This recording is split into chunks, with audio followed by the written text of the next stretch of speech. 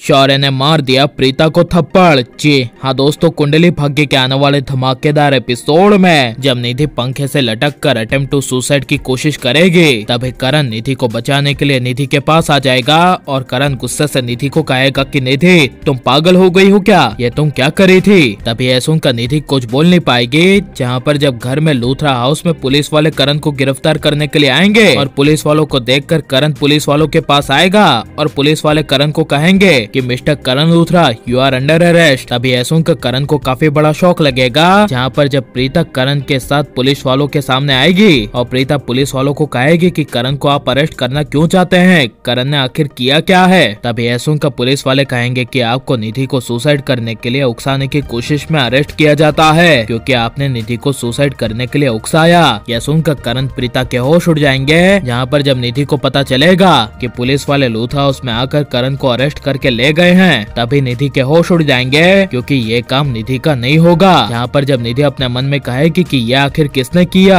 Police को यहाँ पर किसने बुलाया, तभी सबसे बड़े राज का खुलासा होगा। जहाँ पर जब शौर्य निधि प्रीता पूरे लूथरा परिवार के सामने आएगा और शौर्य अपने मन में कहेगा कि मैंने ही पुलिस वालों को बुलाया था डैड को उनके किए की सजा देने के लिए, क्योंकि डैड मेरी मॉम को धोखा दे रहे थे ना, तो इसलिए उनके लिए सही जगह पुलिस स्टेशन ही है। जहाँ पुलिस स्टेशन में जाकर मेरे डैड ना प्रीता से मिल पाएंगे ना मेरी माँ से मिल पाएंगे, उनको मिलेगी तो सिर्फ सजा। यहाँ पर जब राखी माँ करीना बुआ प्रीता के सामने अचानक से आएगी और राखी माँ प्रीता को कहेगी कि प्रीता तुमने अपनी मनहूसियत दिखा दी, आज मेरा बेटा करण सिर्फ तुम्हारी वजह से जेल गया है, इसकी वजह तुम हो प्रीता, और शुरू से ही हमारे परिवार पे खतरों की वजह भी तुम ही रही हो, तुमने हमारा घर बर्बाद करके रख दिया। यह सुनकर प्रीता को कुछ समझ नहीं आएगा। जहाँ पर जब निधि प्रीता को कहेगी कि हाँ प्रीता, सिर्फ तुम्हारे रहते हुए मेरे पति करण लूथरा को जेल हो गई है, यह सुनकर तभी प्रीता को काफी बड़ा शौक लगेगा। जहाँ पर जब प्रीता ना कहेगी और कहेगी कि मेरी वजह से कुछ नहीं हुआ है, मैं रिक्वेस्ट करती हूँ, मैंने इस परिवार का बिगाड़ा क्या है। तभी यह सुनकर प्रीता के सामने आकर शौर्य कहेगा राजवीर की माँ से, आप मेरी बात को ध्यान से सुन लीजिए, आज से और आइंदा से आगे से मेरे डैड के आसपास आप भटकना भी मत, और आप क्या चाहती है और आपका मकसद क्या है वो मुझे अब धीरे धीरे पता चल गया है, क्यों आप मेरे डैड के सामने आती रहती है और इस घर में भी जॉब करने के लिए आ गई, मेरे डैड और मॉम को आप अलग करना चाहती है ना। यह सुनकर तभी प्रीता को मन में काफी ज्यादा गुस्सा आ जाएगा